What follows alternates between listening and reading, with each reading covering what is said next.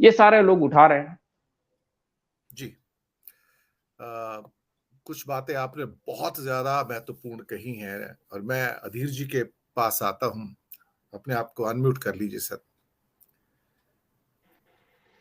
Vice president Dhankhar साहब बात कर रहे थे आईएसएस यानी कि इंडियन स्टैटिस्टिकल सर्विस और इंडियन इकोनॉमिक सर्विस के जो प्रोबेशनर हर साल आते हैं कि भारत के खिलाफ एक बड़ा नैरेटिव सेट किया जा रहा है, भारत की ग्रोथ स्टोरी पर हमला हो रहा है, आपका काम उनको हर हालत में रोकना है।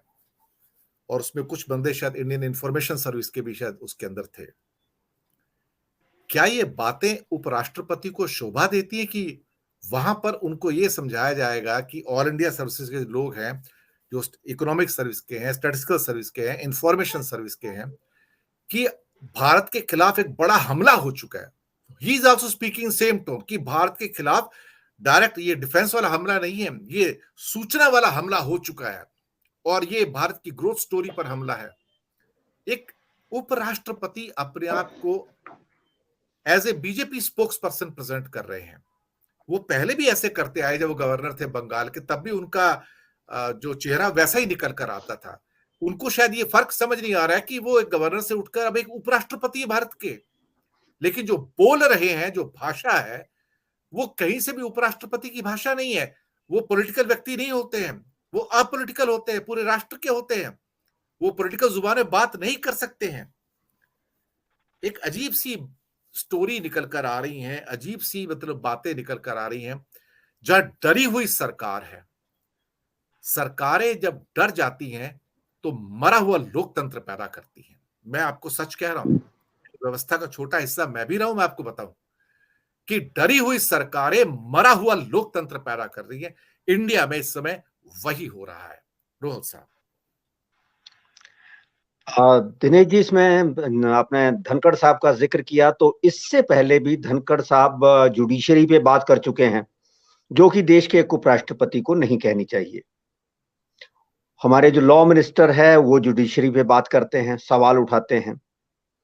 ये जो सारी चीजें हैं और एक जैसे सुर निकलना अडानी साहब के मुंह से कि देश पे हमला है, स्मृति ईरानी का ये कहना, धनखड़ साहब का ये कहना, तो ये सारी चीजें हम सबको पता है। और जैसा राजेश जी ने कहा कि हम इतने दिनों से यही बात कर रहे हैं कि जो जिस तरह का एक माहौल बनाया गया है, और हमें पता है कि बात हम जिक्र कर रहे हैं कि जांच होनी चाहिए, लेकिन दिनेश जी हमें पता है कि जांच जिन जिन चीजों की होनी चाहिए थी, आज तक क्या उन चीजों की जांच हुई? चाहे वो 2002 से लेकर 2012-13 तक, जब तक नरेंद्र मोदी गुजरात के मुख्यमंत्री थे, क्या उस समय जो मसले आए, राजेश भाई जानते हैं, क्या उस समय उन चीजों की जांच हुई? और पिछले अब 9 साल होने को आए, जो संवेदनशील मुद्दे इस देश के सामने आए और जहां सवाल उठा सत्ता प्रतिष्ठान के ऊपर, और जो बेहद संजीदा सवाल थे, तो वहां पर क्या जांच हुई?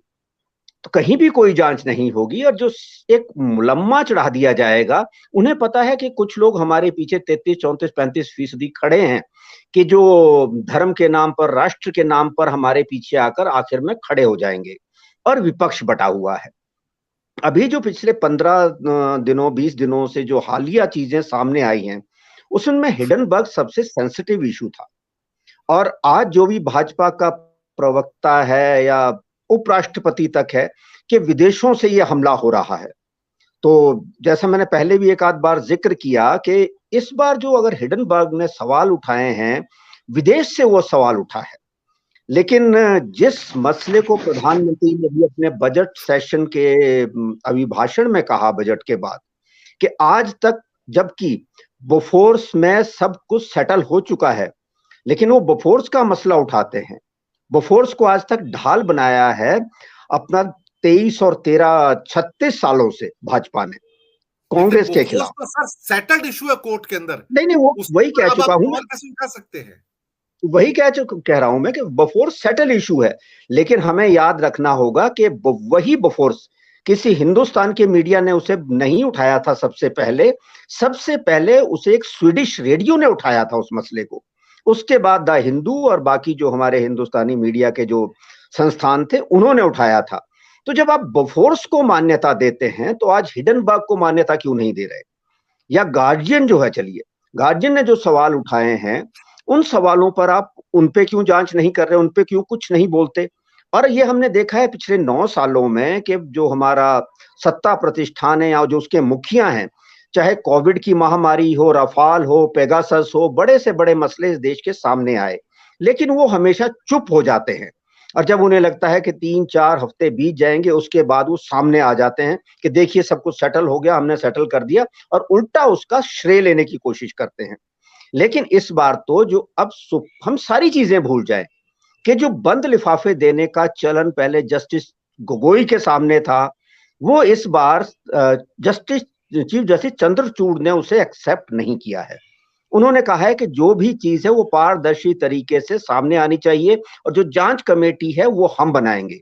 तो इसका मतलब कहीं ना कहीं जो हमारी जुडिशरी है, हम पिछले 9 सालों को भूल भी जाएं तो कहीं ना कहीं तो वो जुडिशरी सामने आई है ना, कि वो कहती है कि हम इसकी जांच करवाएंगे। वही जुडिशरी है जिस जुडिशरी के एक जज ने स्वर्गीय प्रधानमंत्री इंदिरा गांधी के मसले पर भी स्टैंड ले लिया था, और हम सभी जानते हैं कि वो मुद्दा कितना बड़ा बना था। बेशक आज कहीं ना कहीं हमें अंधेरा दिखाई देता है, लेकिन उसके बीच उजाले की कुछ किरणें अभी बाकी हैं।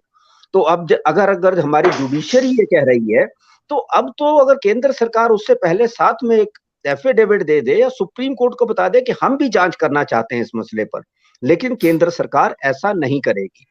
और रही बात जो पिछले 3-1 हफ्तों में जो सारे मसले, केंद्र तो ये बोल रहा है सुप्रीम कोर्ट में जाके कि अगर हमने नाम घोषित कर दिए इस पैनल के जो जांच करेंगे, तो उससे भारत के अंदर जो बिजनेस का इनफ्लो हो रहा है उसके ऊपर एडवर्स इंपैक्ट पड़ेगा। आप डर देखिए किस सीमा तक दिखाया जा रहा है।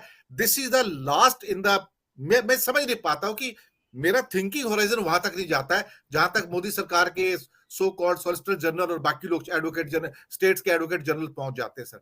ये इनकी थिंकिंग जो है ना बियॉन्ड होराइजन है सर। जी देखिए, इकोनॉमिक्स के बारे में आप ज्यादा जानते हैं, प्रोफेसर स्वामी हमारे साथ बैठे हैं और आप सभी वरिष्ठ साथी भी हमारे साथ हैं। लेकिन इकोनॉमिक्स में और जो बिजनेस टर्म्स है कि जैसे पिछले 9 सालों में हम देखें या इकोनॉमिक्स टर्म्स पे देखें, जो हमारा इंपोर्ट है, जैसा अभी प्रोफेसर स्वामी ने बताया कि इंपोर्ट तो हमारा लगातार बढ़ता गया। हम तो विश्व गुरु बनने चले थे, तो हमारा इंपोर्ट बढ़ना चाहिए था, हर चीज में हम आगे बढ़ते। लेकिन दबाव तो हमारे ऊपर है। और अगर आप कह रहे हैं कि इन सब मसलों से हमारा बिजनेस, हमारा कॉर्पोरेट सेक्टर, उसको नुकसान करने की कोशिश है, तो भाई आप सीधी सी जांच कीजिए। और जैसे राजेश जी ने कहा कि अदानी साहब के टर्म्स हम सबको पता है कि किस तरह के होंगे। अगर उनके बही खातों में और शेयर मार्केट में और सेबी के पास उनके कागजात बिल्कुल प्योर थे, ट्रांसपेरेंट थे, तो अदानी साहब कह सकते थे कि मोदी साहब आप जांच करवाइए, हम इसमें साफ हैं। लेकिन ऐसा नहीं हुआ। तो ये जो सारी चीजें हैं, अगर कोई ये कह रहा है, चाहे स्मृति ईरानी कह रही हैं या जो बात आपने कही कि धनखड़ साहब कह रहे हैं कि हमारे देश पे हमला है, विदेशों से हमला हो रहा है, तो ठीक है, हम उनकी बात भी मान लेते हैं। लेकिन अगर ये हमला है तो भाई आप उसकी जांच करवाइए और देश के सामने सच साबित कीजिए कि ये वाकई में देश के ऊपर बाहर से हमला हो रहा है। और इन फ्यूचर भविष्य में देश के लोगों को भी ये राहत होगी, ये सुकून होगा कि जो विदेश से कोई एजेंसी कुछ कह रही है तो वो इस तरह की अनर्गल बातें कर रही है, हमारी सरकार तो जांच करती है और हर चीज ट्रांसपेरेंट तरीके से सामने लाती है। लेकिन जो पिछले 9 साल का रिकॉर्ड है, ऐसी कोई भी जांच इस देश में नहीं होगी, ये हम सबको मालूम है। जी